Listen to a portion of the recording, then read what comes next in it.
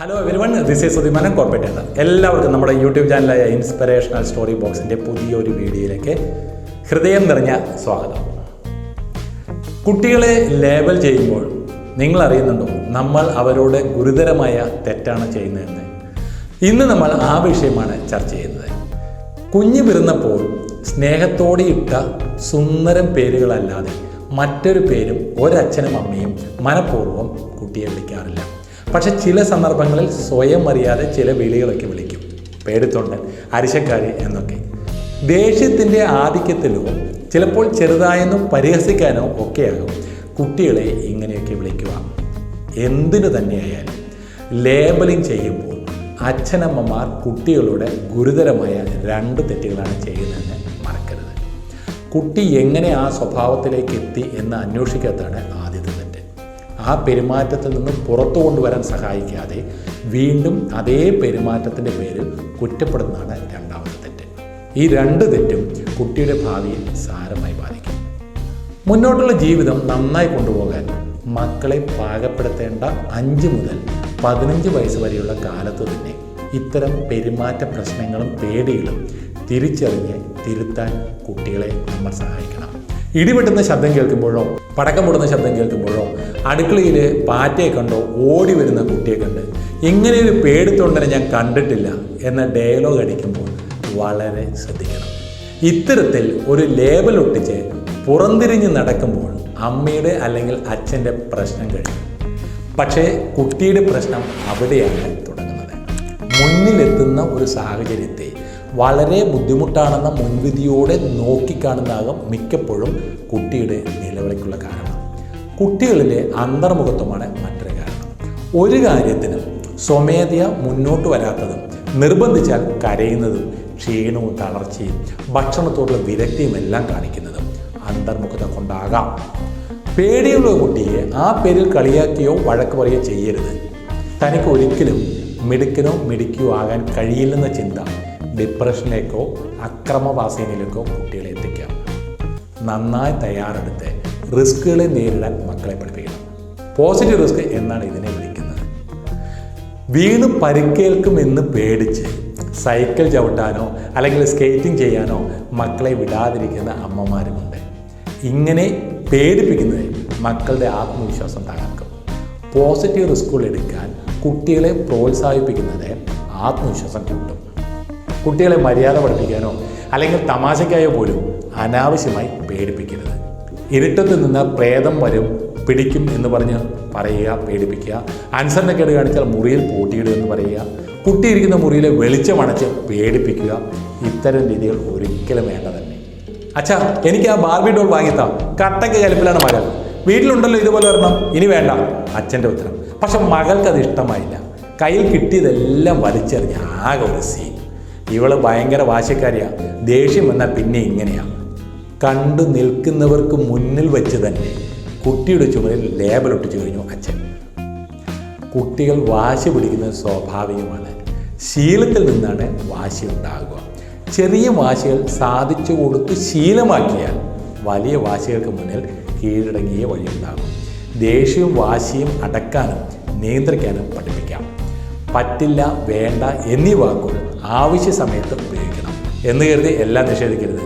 വാശി നല്ലതല്ലെന്നും വാശി പിടിച്ചാൽ കാര്യം സാധിക്കാമെന്ന ധാരണ തെറ്റാണെന്നും കുട്ടിയെ ബോധ്യപ്പെടുത്തുക. ആവശ്യമെങ്കിൽ ശിക്ഷയുമാകാം. മക്കളുടെ വാശി പോസിറ്റീവായി കാണാനും ശ്രമിക്കാം. വാശിക്കാരി എന്ന് പറയാതെ മോൾ മിടിക്കുക, ഇഷ്ടങ്ങളൊക്കെ പറയാൻ അവർക്കറിയാം. കുറച്ചുകൂടി വലുതാകുമ്പോൾ മറ്റുള്ളവരുടെ ഇഷ്ടം അറിഞ്ഞുകൂടി അവൾ പെരുമാറിക്കൊള്ളും എന്ന് പറയാം. ഇത് തീർച്ചയായും പോസിറ്റീവ് മാറ്റമാകും കുട്ടികളിൽ ഉണ്ടാക്കുക. വീട്ടിലോ സ്കൂളിലോ ഉണ്ടാകുന്ന മാനസിക സംഘർഷങ്ങളാകും കുട്ടികളെ ഇത്തരം പ്രവൃത്തികളിലേക്ക് ചിലപ്പോൾ എത്തിക്കുന്നത്. സ്നേഹപൂർണ്ണമായ അന്വേഷണങ്ങളിലൂടെ കുട്ടിയുടെ മനസ്സിൽ എന്താണുള്ളതെന്ന് കണ്ടുപിടിച്ച് നമുക്ക് തിരുത്താം. പേനയും പെൻസിലും പോലും കൂട്ടുകാർക്ക് കൊടുക്കില്ല, സ്വാർത്ഥനാണ് നിങ്ങളുടെ കുട്ടി. മകൻ്റെ സ്കൂളിലെത്തിയാൽ അമ്മ കേൾക്കുന്നത് ടീച്ചറുടെ ഇത്തരം ലേബൽ ഒട്ടിക്കലുകളാണ്. ഉടനെ തന്നെ മകനെ നോക്കി കണ്ണുരുട്ടി പല്ല് കടിച്ച് വീട്ടിലും ഇത് തന്നെയാണ് ടീച്ചറെ, ഇളയ കുട്ടിയെ ഇവൻ്റെ കട്ടിലിൽ പോലും കയറ്റില്ല എന്ന രീതിയിൽ സംസാരിക്കരുത്. മറ്റുള്ളവരെ തൻ്റെ ഇടത്തിൽ പ്രവേശിപ്പിക്കാനും മറ്റുള്ള ഇടത്തിലേക്ക് പോകാതിരിക്കാനും ശ്രദ്ധിക്കുന്ന കുട്ടികളെ സ്വാർത്ഥനെന്ന് വിളിക്കുന്നത് ശരിയല്ല. സേഫ് സോൺ ബ്രേക്ക് ചെയ്യാനുള്ള ബുദ്ധിമുട്ടാണ് പ്രശ്നത്തിന് പിന്നിൽ. ഏതു സാഹചര്യത്തിലും ഇടപഴകാൻ മക്കളെ പഠിപ്പിക്കണം. എവിടെയും ഇടിച്ചു കയറണമെന്നല്ല അതിനർത്ഥം. പ്രസന്നത കൈവിടാതെ ഗ്രൂപ്പിൻ്റെ ഭാഗമാക്കുകയാണ് വേണ്ടത്.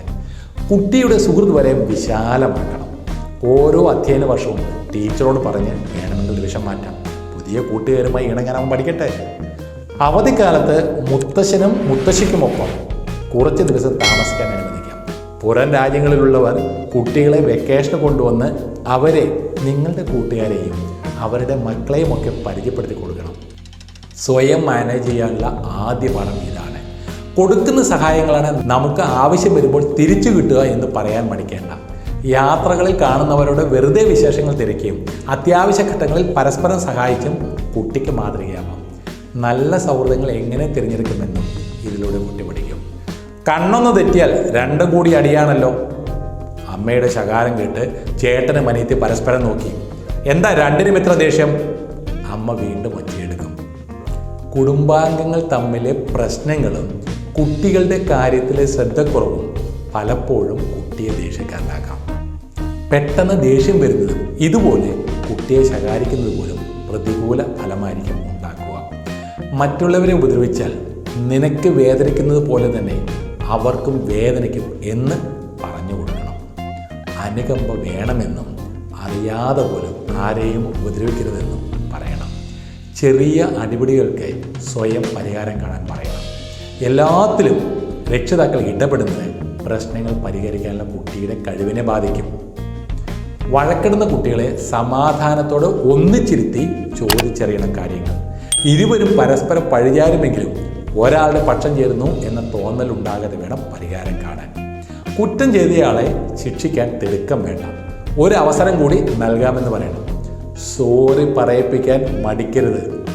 ഭക്ഷണം കഴിച്ച പാത്രം അടുക്കളയിൽ കൊണ്ടുവച്ചതിനും അലക്കിയ തുണികൾ മടക്കി വയ്ക്കാൻ സഹായിച്ചതിനും കുട്ടിയോട് നിങ്ങൾക്ക് താങ്ക്സ് പറയാം. പറ്റിയ തെറ്റിന് സോറി പറയാനും മറക്കരുത്. ക്ഷമയും സഹാനുഭൂതിയുമില്ലാതെ സൗഹൃദങ്ങൾ ഉണ്ടാകില്ല എന്ന് കുട്ടി പഠിക്കും. ഫ്ലവർ വൈസ് എടുക്കല്ലേ മോനെ, താഴെ വീണാൽ പൊട്ടിപ്പോകും. അപ്പൂപ്പൻ വാത്സല്യത്തോടെ പറയുന്നു. എനിക്കറിയാം എന്താ ചെയ്യേണ്ടത്. അപ്പൂപ്പൻ്റെ പണി നോക്ക്. ഇങ്ങനെ പറയുന്ന കൊച്ചുമകനെ അപ്പൂപ്പൻ വായാടി എന്ന് ലേബൽ അടിക്കാതിരിക്കുന്നത് എങ്ങനെയാണ്? സന്ദർഭവും സാഹചര്യവും നോക്കാതെ വായിൽ വരുന്നത് വിളിച്ചു പറയുക, മുതിർന്നവരുടെ മുന്നിൽ വെച്ച് നിഷേധ സ്വഭാവം കാണിക്കുക, ഇതൊക്കെ സിനിമയിലാണെങ്കിൽ കയ്യടി കിട്ടും. പക്ഷെ കുട്ടി ചീത്ത വാക്ക് പറഞ്ഞാൽ നല്ല തല്ലായിരിക്കും കിട്ടുക. കയ്യടി കൊടുത്താലും അതിര് കടന്ന് തല്ലിയാലും പ്രശ്നമാണ്. ശ്രദ്ധ കിട്ടേണ്ട എന്തോ കാര്യമാണ് ചെയ്തത് എന്ന ചിന്ത കുട്ടികളുണ്ടാകുന്ന വിപരീത ഫലമേ നൽകും. അതിര് വിട്ടുണ്ടാകുന്ന പെരുമാറ്റ പ്രശ്നങ്ങളോട് കർശന നിലപാടെടുത്തേ മതിയാവും. എന്നാൽ മറ്റുള്ളവരുടെ മുന്നിൽ വെച്ച് വഴക്ക് പറയുന്നതും വിമർശിക്കുന്നതും കുട്ടികളുടെ ആത്മവിശ്വാസം കുറയ്ക്കും. വീട്ടിലെത്തുന്ന അതിഥികളോട് കുട്ടിയുടെ കുറ്റം പറയുന്നത് നല്ലതല്ല. എപ്പോഴും വഴക്കും ശകാരവും കേൾക്കുന്ന കുട്ടി നിഷേധ സ്വഭാവം കൂടി കാണിച്ചു തുടങ്ങുമെന്നും ഓർക്കുക. ചെറുപ്പകാലത്തെ അച്ചടക്കമില്ലായ്മ മുതിർന്ന ശേഷവും തുടരുന്നത് വീട്ടിലുള്ളവരുടെ മനസ്സിനെ മുറിവേൽപ്പിക്കും. അച്ഛനോടും അമ്മയോടും തർക്കുത്തരം പറയുക, മുതിർന്നവരോടും അധ്യാപകരോടും മോശമായി പെരുമാറുക, ഇതെല്ലാം ഒഴിവാക്കണമെങ്കിൽ മുതിർന്നവരെ ബഹുമാനിക്കേണ്ടത് എങ്ങനെയെന്ന് അച്ഛനമ്മമാരുടെ മാതൃക കണ്ടതിന് പഠിക്കണം.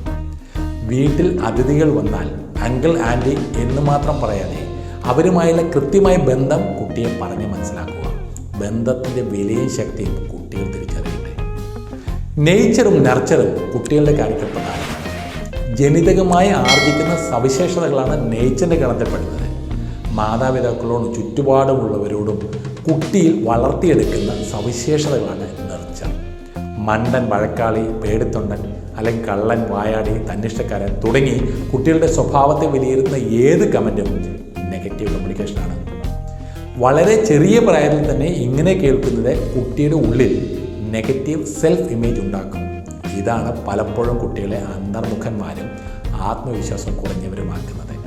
എന്തിലും നെഗറ്റീവ് കണ്ടുപിടിക്കാതെ ചെറിയൊരു പോസിറ്റീവ് ഉണ്ടെങ്കിൽ പോലും വലിയ അഭിനന്ദനം നൽകി നോക്കൂ. പ്രോത്സാഹനത്തിൽ കുട്ടികളുടെ ആത്മവിശ്വാസം കൂടും. പ്രോത്സാഹനം കിട്ടിയാൽ കുട്ടിയിൽ നല്ല ശീലങ്ങൾ വളരുമെന്ന് മാത്രമല്ല ചീത്ത ശീലങ്ങൾ ഇല്ലാതാവുകയും ചെയ്യും. പാരമ്പര്യമായി കിട്ടുന്ന കഴിവുകൾ, അതായത് നേച്ചർ കുറവാണെങ്കിൽ പോലും മൂല്യബോധമുള്ള മെച്ചപ്പെട്ട അന്തരീക്ഷം കുട്ടിയുടെ വളർച്ചയ്ക്ക് ഇരട്ടി ഫലം നൽകും. പരസ്പര ബഹുമാനത്തോടെ പെരുമാറുന്ന ദമ്പതികളുടെ മക്കൾ പെരുമാറ്റത്തിലെ വിനയം താനെ പഠിച്ചുകൊള്ളും. കുട്ടികളുടെ മുന്നിൽ വെച്ചുള്ള കുറ്റപ്പെടുത്തൽ കളിയാക്കലും വേണ്ട. എന്തും പെരുപ്പിച്ച് പറയുന്ന ശീലം തുടക്കത്തിലെ നിരുത്സാഹപ്പെടുത്താം. കുട്ടി ബെടായി പറയുമ്പോൾ വീണ്ടും പറയാൻ പ്രേരിപ്പിക്കുന്നതും കുട്ടി സംസാരിക്കുമ്പോൾ അടക്കിച്ചിരിക്കുന്നതും കുട്ടിക്ക് പ്രോത്സാഹനമാകിയേ ഉള്ളൂ.